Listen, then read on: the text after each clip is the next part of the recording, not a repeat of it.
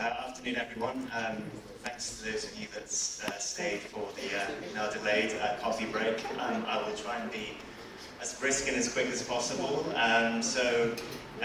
Future trends in developed capital markets. I'm going to address this question a little bit differently to the previous speaker, simply because we're a very different type of firm.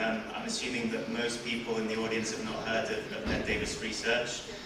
We're a top-down global macro independent research house based in the US.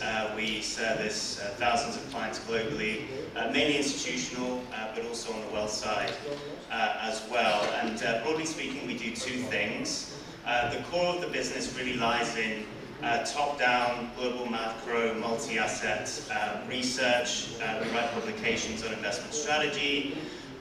But also, the other business arm that we operate in is investment solutions, where we provide model portfolios. So we're acting as a signal provider, typically to exchange-traded funds in partnership with asset managers. And you can see an example to the right there of one of our strategies, our international equity strategy that makes a kind of 65% allocation to the 8 largest markets of the All-Country World Index.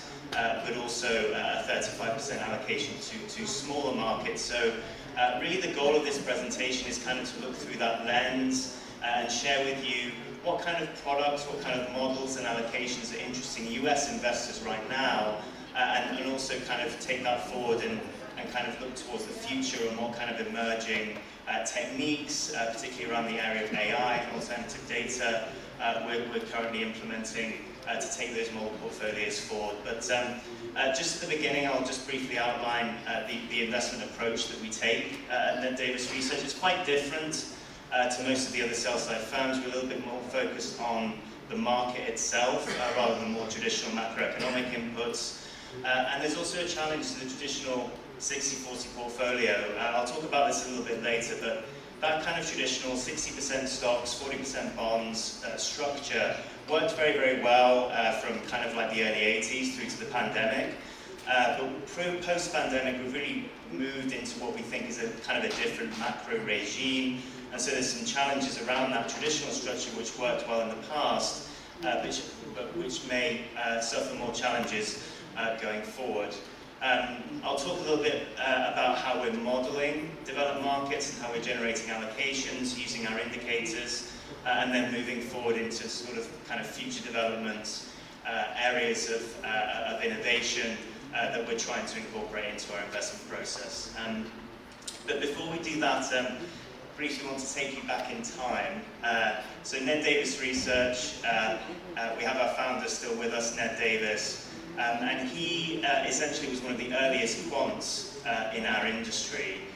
In the late 70s, what Ned was always really interested in is the relationship between price, so the market action of the market, and non-price factors, to see if that combination made sense for investing. And he was really writing these price charts by hand every single day in the late 70s. So in the end, to try and generate more efficiency, he was working as a strategist for a brokerage in Tennessee, in the Midwest, and he just basically asked his boss, look, can I have a computer to make that process more efficient? Long story short, his boss said no, and he decided to quit, moved to Florida, and founded Ned Davis Research. And so that kind of relationship between price factors and non-price factors is really at the core of our investment strategy. So what you're seeing on the left-hand side here is this diagram representing the Ned Davis Research approach. So we understand that the fair value of an asset is forward-looking. It will converge over time. And that's where we bring in the macro and the fundamental inputs. But really what we also find is if there is economic risk on the horizon, markets can actually do relatively well in the meantime before you kind of get to that sort of tipping point. So that's where we bring in the technicals and the sentiment to really help us understand how markets are acting in real time. And we've had, over the last couple of years, an example of this coming into 2023, for example.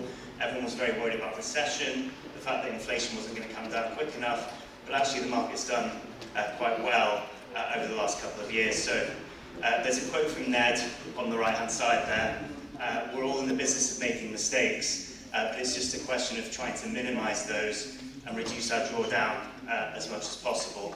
And that's where we really like to take those four pillars, macro, fundamental, technical, and sentiment, and a little bit like a checkbox, we want to wait for kind of broad-based confirmation before we can decisively say, okay, it's time to add or reduce risk. So it's very much an objective-based approach.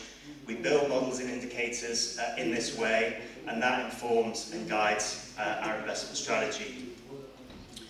Why is this relevant? Well, I alluded to this at the beginning, but the 60-40 portfolio did very, very well during the period of the 80s, right the way through to the pandemic. But if inflation kind of settles in a higher range versus history, kind of above the Fed's 2% target, what this study shows is that investors are really going to find it much more difficult to make money through that kind of traditional passive 60-40 approach. So I appreciate that there's quite a lot going on in this chart here for technical junkies like me. I like following this stuff, but just to kind of simplify, at the bottom there is inflation. The orange line shows the CPI, and the key takeaways from that statistical box towards the middle, which basically shows when inflation is, whether it's rising, whether it's falling, or whether it's range-bound, that 60-40 structure over history has really struggled to beat the S&P 500. So we believe that a more kind of active approach in terms of asset allocation or geographical exposure, sector or industry selection is really going to be needed to sort of outperform the market as we go into this period of higher inflation versus history.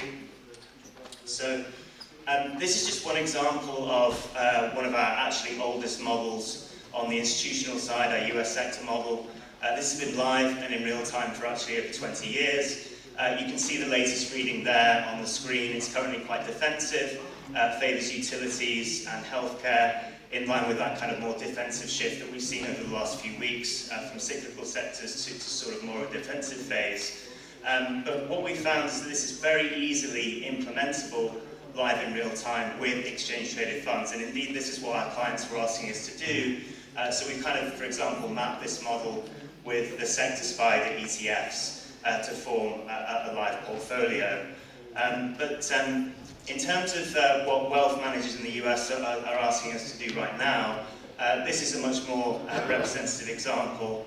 This is our dynamic allocation strategy, and this really has kind of two levels. You can see on the left-hand side the 6 indicators that we're using to make a stock versus bond allocation. So that's kind of like the top-level decision.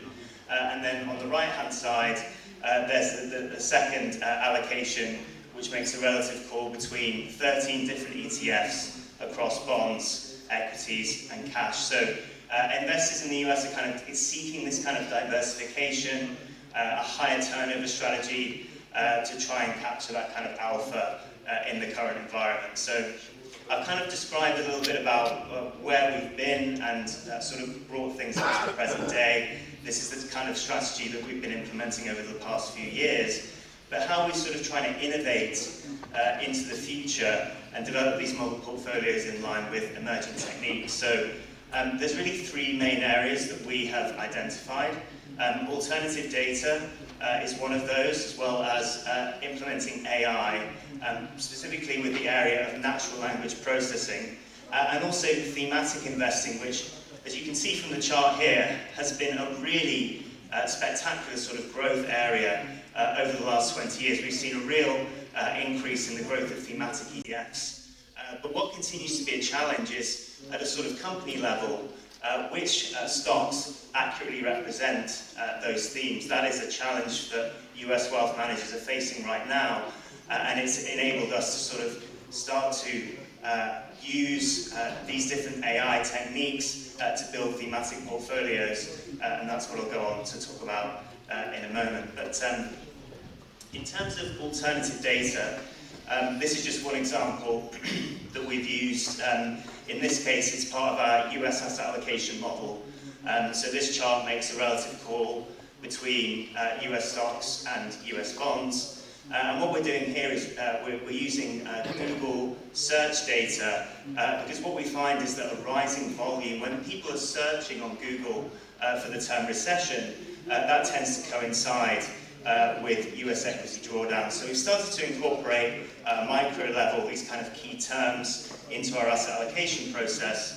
But natural language processing, which you may have heard of, it's a form of artificial intelligence that we've started to use to kind of widen the net beyond just that single word to incorporating analysis of news articles, forums, social media, etc., to enable that machine to kind of learn and derive meaning from that text that we can then use to translate into actionable investment recommendations. So that kind of deep learning technique starting to be applied to investment portfolios. So I won't spend too much time. These slides can get maybe a little bit technical, but essentially what we're trying to do is score a company in accordance with how closely its business description aligns with a particular theme. So it could be anything. It could be electric vehicles, it could be the metaverse, it could be video games, cloud computing, and we'll score that company from 0, where it's not at all related to the investment team, all the way to 100,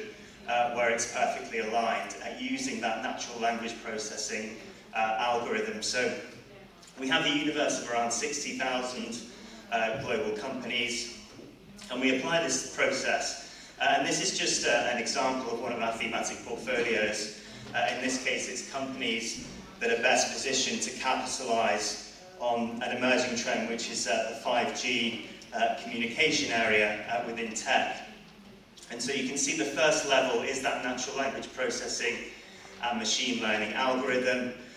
What we do is we analyze that raw text, so we're taking the company descriptions of that 60,000 universe across the All Country World Index, and we're using the algorithm to basically generate a universe of companies that we believe will benefit from that emerging 5G movement. We also incorporate more traditional quantitative metrics as well, so that's the second part of the process. We'll do a fundamental and technical screen, again going back to the beginning where, in line with Ned's philosophy, we're really trying to combine price-based metrics with non-price. So on the technical side, we're using things like momentum.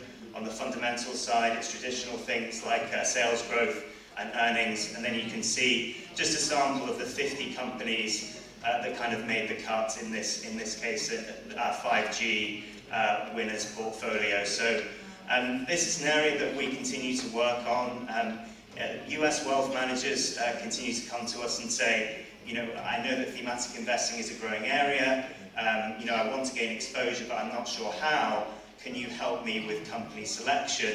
And this is one of the ways that we're harnessing kind of future technology or emerging technology in order to do this. So we think that this kind of thematic, what we call a thematic opportunity score, has 3 main use cases. We started to build indexes or ETFs using this kind of method for those that want kind of broad exposure to a particular theme. Or if people want it to be a bit more targeted, we started creating baskets of stocks, so more of a bottom-up approach, which we feel represent the theme accurately. More commonly though, it's more traditional institutional investors or wealth managers who maybe they have a global multi-asset portfolio, but they just want to have a particular tilt to a theme within that broader basket. So all 3 are applicable, and we're excited to see how we can take this further. But one thing that I wanted to sort of leave you with is a little bit like Ned using the computer at the beginning. We still believe that that combination of quantitative signals, so using machines to help us analyze data with the human overlay, is the best approach to investing. So, AI still has its faults. It's still an emerging technology. We're still working out how to best apply it ourselves. But really the key point is that it's just another way that we can generate quantitative signals to allow our strategists and actors in the market to make those investment decisions. And really just to underline that point, we have a kind of think tank within our shop that really focuses on long-term investment themes that we think are going to be relevant for the next 10 years. And these are the 5 that we've identified. Some of them have kind of negative challenges in a way. We've already heard, I think earlier today, people mentioned demographics. So that problem of kind of rising old age dependency ratio is going to be a challenge in the long term for a number of different economies.